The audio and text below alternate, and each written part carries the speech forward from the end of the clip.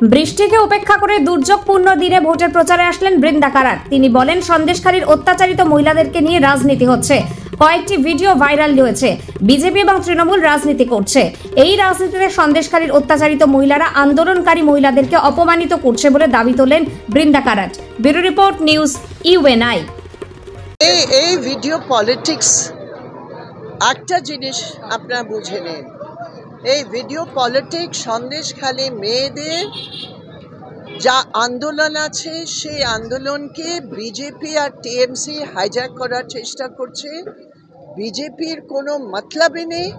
অমিত শাহ এসে কী সব বাজে কথা বলে গেছে, ধর্মের ভিত্তিতে অত্যাচার। অমিত শাহ কিছু জানে কি মেয়েরা কাদের নাম নিয়েছে? মেয়েরা কি শুধু শাহজাহানের নাম নিয়েছে?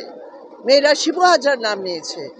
মেয়েরাও আর একটা সর্দার, কি নাম ওর, উত্তম সর্দারের নাম নিয়েছে। তো ধর্ম কোথায় আসে? এটা গুন্ডাগর্দির অত্যাচার। তো এটা হচ্ছে বিজেপির খেলা। আর টিএমসি বাঁচাবার জন্য, কেন টিএমসি ডিফেন্সিভে ব্যাকফুটে হয়ে উঠছে। আর টিএমসি আজকে নিজের ডিফেন্সের জন্য মেয়েদের মর্যাদা দুজনেই পার্টির জন্য কিছুই নেই। আমি বলি, আমরা তো মেয়েদের অত্যাচারের বিরুদ্ধে আমাদের সংগ্রাম। মেয়েদের কথা বাদ দিয়ে এখন এইসব ভিডিও পলিটিক্স হবে, তার মানে সন্দেশখালীতে কিছু হয়নি।